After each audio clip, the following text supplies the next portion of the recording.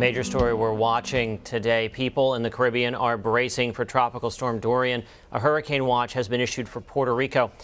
Ken Graham is the director of NOAA, the National Hurricane Center, and joins us now from Miami. Ken, thanks for talking to us here. Where is the storm now, and what's the latest track? Well, Chris, the latest information that we have, we just have the visible image just coming across the screen on satellite as we speak. It's a very compact, small storm, so that makes it a little more difficult to track than some of the larger storms that we've had.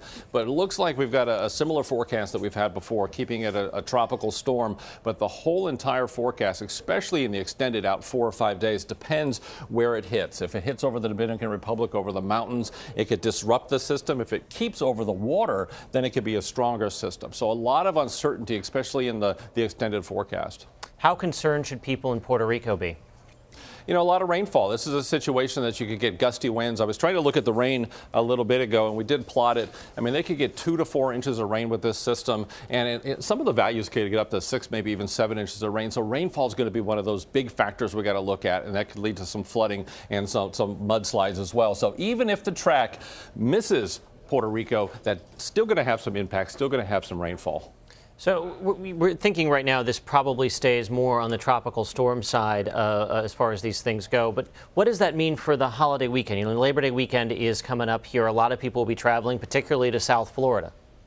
Yeah, Chris, I want to show this because it's a graphic that we've created that kind of demonstrates it, especially on a holiday weekend. It's one of these things that there's a lot of uncertainty. It ranges from some rain in Florida to maybe a stronger system. So the big takeaway here is to have your plan ready, just to really have everything in place. Think about that going into the holiday weekend. And it looks like even by Saturday, things need to be wrapped up in that preparedness. So the big message right now is we're not exactly sure what it's going to do to Florida, but just be ready. Have the plan. Start thinking about it. Listen to updates to the forecast.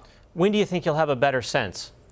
I think we'll have a better sense once it crosses over the area of Dominican Republic and Puerto Rico, because if it goes over the mountains and gets shredded, it might have a tough time getting its act back together. But if it stays over the water, it gets in between Dominican Republic and Puerto Rico, it could stay stronger. So and if you look at the timing of that, I think by Thursday we're going to have a better idea of what we're looking at. And what does the rest of the hurricane season look like?